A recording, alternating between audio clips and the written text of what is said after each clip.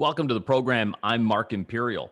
This segment's being brought to you by booksgrowbusiness.com. It's the place where professionals and entrepreneurs publish to grow their businesses and to leave a legacy. We're doing a series of business spotlights on remarkable people, places, and things from across the country and even in your town. Joining me on this segment is George Dandridge. He's the founder and president of Dandridge Investment Group from Dallas, Texas. George, welcome to the program.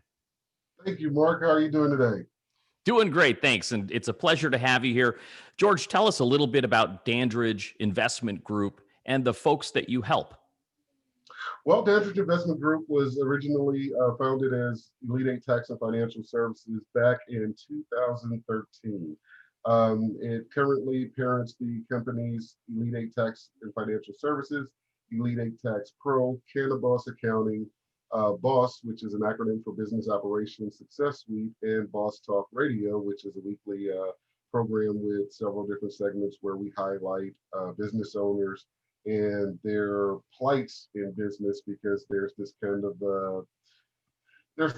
of thing going on where everybody thinks entrepreneurship is easy and getting into business is easy. And so what we do is give business owners platform that not only can they highlight their products and services, but that they can also talk about the struggles that they've had along the way, what helped mold them and what contributed to their successes en route to where they are now.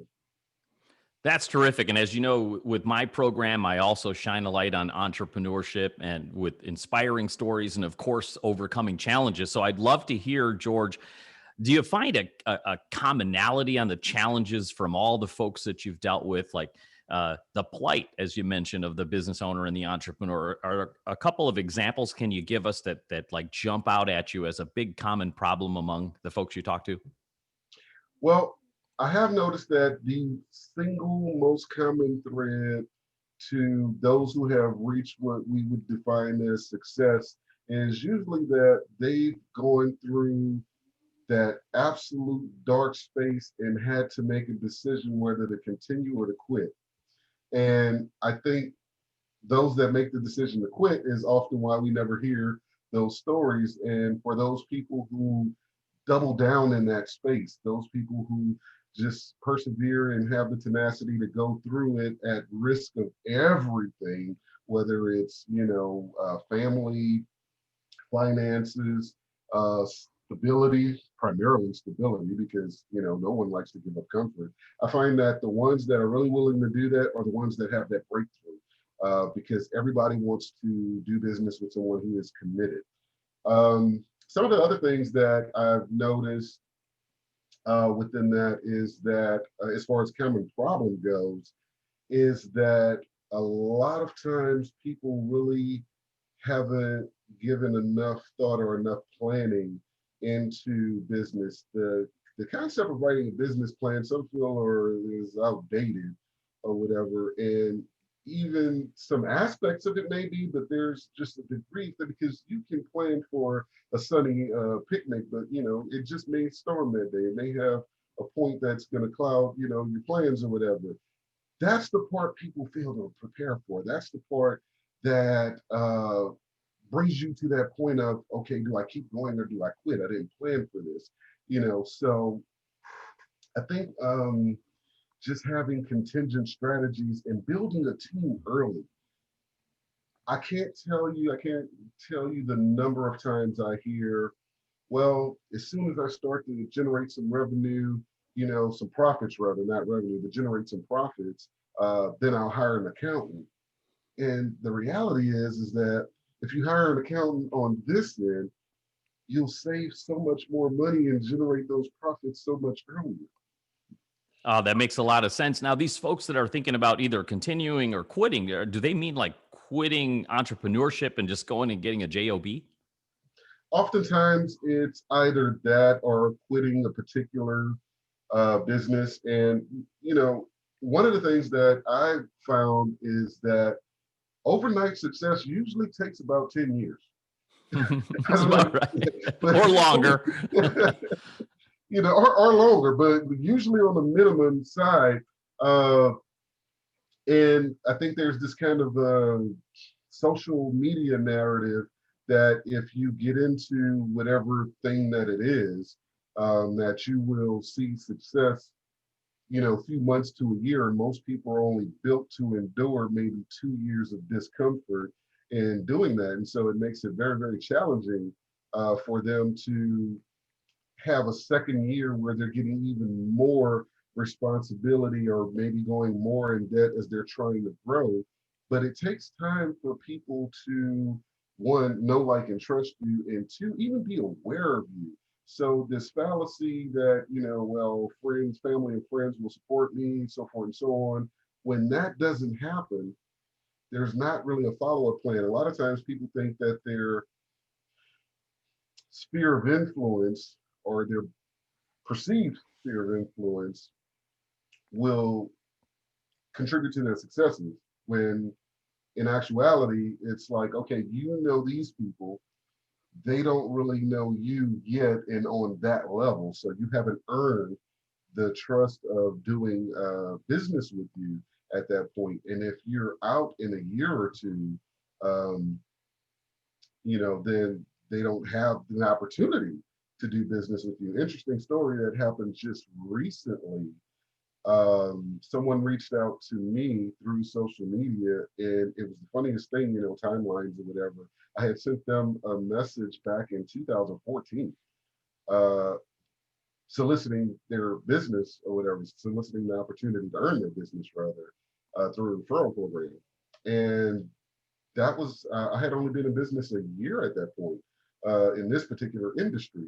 And here we are just a couple of weeks ago, this person reached out to me because they saw a post that I made about helping people with tax problems or whatever. And they had to laugh themselves because they've been, usually tax problems snowball because people tend to avoid dealing with them. And this particular person had been enduring this problem for a couple of years now and trying to figure out, what to do with it. This post spoke to her in a very caring way. And so when she went to reach out, she saw that I had reached out to her some 6, 7 years prior. And it was like, wow. So you have to remain consistent, and you also have to always improve to become an authority in your space. Too often we get comfortable too quick, where, okay, we've established this. Like the saying, you've heard the saying, build it and they'll come. Yeah, Some you made people me think take of that that as you were telling the literally. story. Some people really believe it's like, okay, if I hang the sign, I'll be a millionaire tomorrow. Doesn't work that way. And let's face it, a lot of folks that go to school to learn their craft or what it is that they specialize in doing, the getting a client is almost an afterthought. Yeah, So they're great at what they do, but they miss the part about attracting and acquiring clients. yeah. And that's why you have many physicians today that the illusion of their own practice. In reality, there's usually an investment group that's backing their startup cost or whatever and getting their return on investment first and foremost. So in addition to whatever number of student loans or other, acquisition costs to those degree and specialties, they're still having additional costs to get started in their life career, because this part about get clients just never really, dawned on it. I was fortunate enough early on in around 1997, 98. I met my first marketing mentor. It was Dan Kennedy, and he used to teach like the business you're in is the business of marketing your service, and everything else you could. And fortunately, I was able to take that advice, market the business, and everything else kind of fell in place because I had cash flow and revenue and client and actual clients. So it's like, yes, I can attest to that. Everyone is in the business of marketing their service. Say it again for the people in the back. The business that you're in, regardless of what you do, whether you're a dog groomer or whatever it is, your business is marketing your business and acquiring clients. And everything else is sort of a byproduct of good service, if that And makes sense. it's the funny thing, before entering into the tax industry, I actually was a sales trainer for more than 20 years, almost 20 years, sales trainer and sales manager. in a number of different industries. And what I found is that when it comes to sales, the only thing that changes is the product. The rest doesn't matter. It's still sales. And then the marketing piece, and a lot of people confuse it too, or whatever, but the marketing piece is that you have to kind of become this thing at an almost 100% always on type of thing. You know, if you're selling shoes and yours are falling apart, you're not going to sell many shoes. You know? You do something really interesting, George. So you're in the tax business, and you told me before we came on, hey, I solve tax problems, right? But I see that you are beyond that. You're helping folks with the problems of their business and helping them overcoming the challenges. You're essentially meeting them where they are at. Is that an important part of the strategy? Because at the end of the day, they get to know you, like you, and trust you for your help in other areas. And then, oh, by the way, I've got a tax problem. Mhm. And that's what brings them to you? You know, that part for me is the passion part, that absolute impact part. It's the part of me that speaks to that child that had these feelings of wanting to be an entrepreneur, but lacked the guidance and direction of the how to and how to sustain, even when I did, or whatever. The success is built out of failures. And so now my passion is trying to help as many people avoid those failures as possible. And so this is how BOSS came to be. BOSS is the acronym for Business Operations Success Strategies. It's currently a book that I'm working on as well that will be released early this year. And so the talk show and everything just spawned from that. So those services include payroll and bookkeeping and entity formation and tax planning and all of these intricate things that people don't really consider. But then the tax resolution piece is, you know, hopefully I can get to you on the boss side where it's fun, it's not nearly as expensive, you know, because over here there's trouble, and now I have to go and fight with the government for you, which I enjoy doing, but you know, it's much more intricate over there, and that's where the specialty is. So the operations, the operational stuff, the operational parts of business is passion, because I had to learn to embrace this gift. I was the corny guy, right? So like I go out with a bunch of friends and they're enamored with the ambiance of a place, and I'm kind of sitting there calculating how much money they're really kind of taking in here. I was that guy. I get it. Counting the heads in the theater, counting the Right. heads in the seminar, trying to figure out the economics. So, George, so this is absolutely fascinating to me because I'm very similar in the passion of like entrepreneurship and learning what makes different businesses tick, you know, if you will. Tell us more. Like, what inspired you to get started in, you know, financial services and helping people solve tax problems? What got you here? How'd you get started? What inspired you to get here where you're at as the founder president of Dandridge Investment Group? Well, I can tell you it wasn't a single event.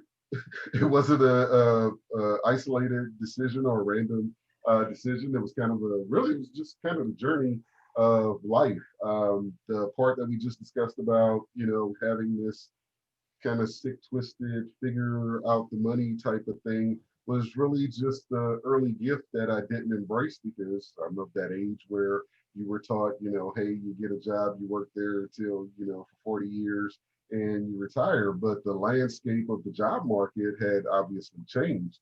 Then there was the time where, as an employee, I had to chase the check. So, you know, wherever a company would send me, I was moving every 2 to 3 years. But then I kind of have this thing about authority. So, uh, so I would always have a second, if not a second and third job or whatever, because I wanted the freedom of being able to brush someone off, you know, or say, hey, I don't need to be here at any given time, because I wasn't willing to compromise myself for a check, but I still was in effect chasing the check. And so 2012, I was on my way to Hawaii, had the nasty habit of smoking cigarettes at the time. I had heard that everything in Hawaii was super expensive. So for the first time ever, I was going to buy a carton of cigarettes and my card declined. This was like infuriating and scary all at the same time. I had no idea what was going on. So like anyone who knows they have money in the bank, I'm like, hey, run it again. You know, we repeated that process 2 times, and I finally called the bank and I'm like, hey, what's going on? You know, because I just printed out my receipt at the ATM, and they're like, yeah, no, you have money. I don't know. Well, well, George, there's a lien on your bank account. The levy on your bank account. What do you mean? What is that? Well, the IRS has put a lien on your bank account, and Oh, wow. so this was an absolute panic because I didn't have credit cards. I only had my bank account. And this account was now frozen. And I'm set to leave in less than 24 hours to go to Hawaii Hmm. for like 10 days, you know. And on top of that, I was going to have my mom and others with me that were kind of depending on me. So it was like panic. I knew a young lady at the time who worked in the industry, in the tax industry. I did not know at the time what, or fully understand at the time what an enrolled agent was, and she was an enrolled agent. Uh, I called her up just to see if there was something that could be done, and my mind was completely blown because she had me send some stuff over to her or whatever, and she was like, "I got it." Problem is, I'm getting on a plane in less than 24 hours or whatever, and I'm going to be touching down in Hawaii 12 hours after that. Well, I can tell you that I got on the plane with the 25 or so dollars I had cash in my pocket. And when I landed, I had full access to my bank account. Nice. That blew me away. So at that point, I really wanted to know more about, what she did and how she did it. Then there was another part where I had just gotten burned out on the corporate chase, the frustration of, mitigating how to climb the ladder and trying to figure out. I've never been good at politics or whatever, so that just wasn't working. I was tired of it after 14 years or so, and so I relocated to Dallas, and for the first time in life, I had a difficult time finding a new career opportunity that would pay me what I was used to making, and this went on for the better part of 6 months, and so within that 6 month time frame, I just decided that, hey, I've already been, kind of looking at the tax industry and studying the tax industry. Let me, just try my hand at that. Let me go in at that. And I got addicted so quick. Uh, just again, I'm that guy that, I read tax code like people watch reality TV. Like, so, and the more I would read, the more intoxicating this became to me. And as I started to expand my professional circle, especially as it related to colleagues in the industry, and I learned more about the niche markets and specializations that I would be able to travel in upon receiving certain designations. I was like, okay, let's mash the gas and double down and let's get it in. So um, the combination of that audit, which was the funny part about that, the reason the IRS did what they did, um, some many years prior, I filed my taxes after Katrina, Hurricane Katrina. My original tax professional was not available anymore. They closed down after Katrina. I went to someone new. I didn't do taxes at the time. They did, you know. Thought that this large refund was based on, the damage to my house and things of that nature. Well, long story short, and a lot of people don't know this, you can actually be audited based on nothing other than who your tax professional is. if they have a high number of irregularities or whatever, the IRS will choose to audit anything with their numbers assigned to it. And so that's the thing I was caught up in, but it had went on for years because anytime they would send me correspondence, I would have moved because the company sent me to put out a fire in another city or somewhere. So I wasn't getting this correspondence. So, you have timelines or whatever, and ultimately it's when you go to run your card and you don't have access to your money, you panic. So that sounds like really a blessing and tragedy there, because if it Right. wasn't for that, you would not have discovered your passion for the tax code. Exactly. You're absolutely right. Like I was reading it kind of leisurely, at one point, but at that point, it really became double down, mash the gas. Okay, this is life. And probably 2 years in, I decided, okay, I'm completely unemployable. This is it for me. You sound like you'll have an endless supply of clients that would rather pay you than to read the tax code or to understand it. So, George, this is absolutely fascinating. Before I ask you my last question and have people connect with you, you mentioned something earlier about business owners and and how success is really a combination of a series of failures. And I believe that one of the biggest fears of people to go into business for themselves, the biggest fear is the fear of failure. Like they don't even want to fail once. That's not going to happen. You got to kind of get over that, right? So what other sage advice would you give for a business owner, an entrepreneur who's maybe on the fence, even thinking about getting into business, or even considering leaving the business they're in? What would you kind of try to tell them to take a step back and think about? What would that advice be?